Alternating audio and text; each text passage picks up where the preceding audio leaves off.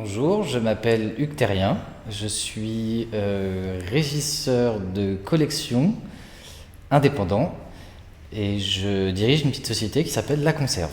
Alors La Conserve est une structure que j'ai ouverte il y a 10 ans, quasiment jour pour jour.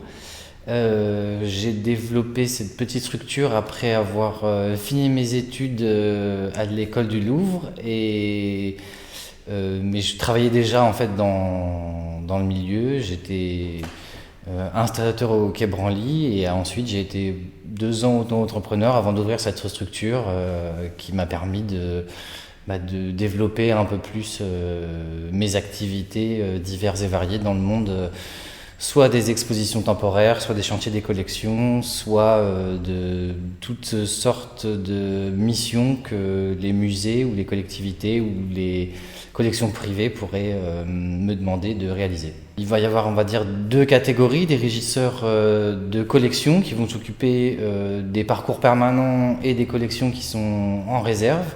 Et il va y avoir les régisseurs d'expositions temporaires qui, eux, vont s'occuper essentiellement de tout ce qui est exposition temporaire, c'est-à-dire le mouvement des prêts arrivants ou des prêts sortants. La différence avec les régisseurs indépendants comme moi, c'est juste que nous n'avons pas de musée attitré, où on répond en général à des demandes pour augmenter les équipes de régie, soit d'exposition temporaire, soit de collection, ou carrément totalement délocaliser, enfin en tout cas externaliser les services nécessaires, enfin les services de régie nécessaires aux chantiers souhaités et voulus par les institutions.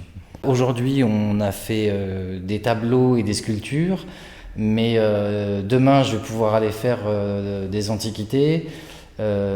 Après-demain, je vais travailler sur des œuvres contemporaines. On n'a pas de spécialité attitrée et c'est ça qui fait un petit peu notre force en tant qu'indépendant. Alors, au quotidien, le travail d'un régisseur, il va être divers et varié en fonction des typologies et des activités. Si c'est exposition temporaire, il va faire beaucoup de demandes de prêts, de validation de dossiers de prêts, de préparation d'exposition. Il va travailler avec des scénographes, avec des architectes, avec le commissaire d'exposition. Il y a autant de régisseurs et de facettes de régisseurs qu'il n'y a de collections. J'allais dire, la chance qu'on a quand on est un régisseur indépendant, c'est qu'on passe d'une collection à une autre, d'une pratique d'une collection à une autre pratique.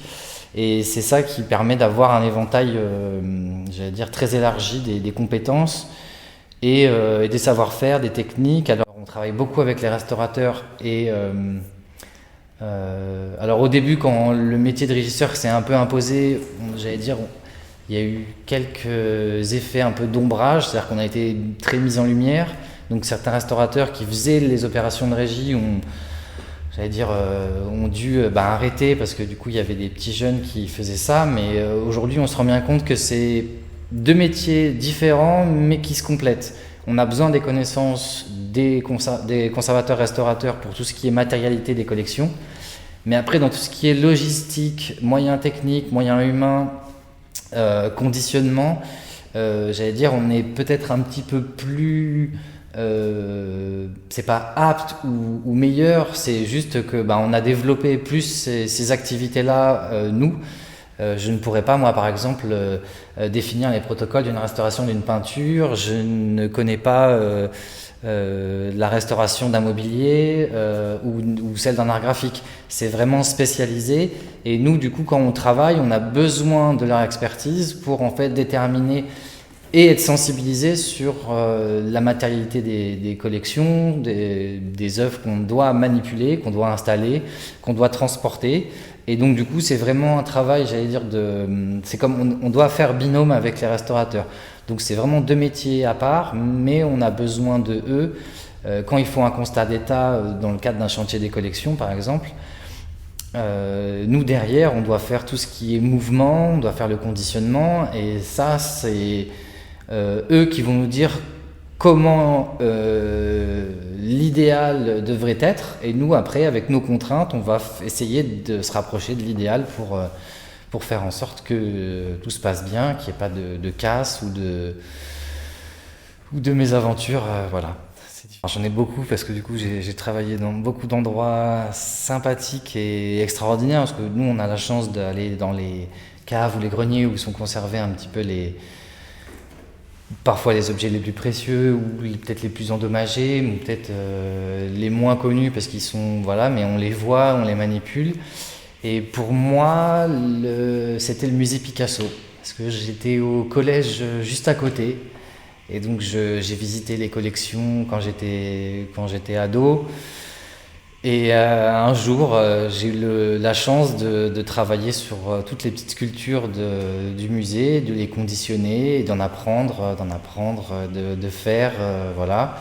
Euh, et dernièrement, le chantier qui m'a beaucoup plu et qui a été très difficile, j'allais dire, d'un point de vue logistique, organisation, c'était la dépose des vitraux de Notre-Dame pour un atelier qui s'appelle l'atelier Isabelle Baudouin à Monique.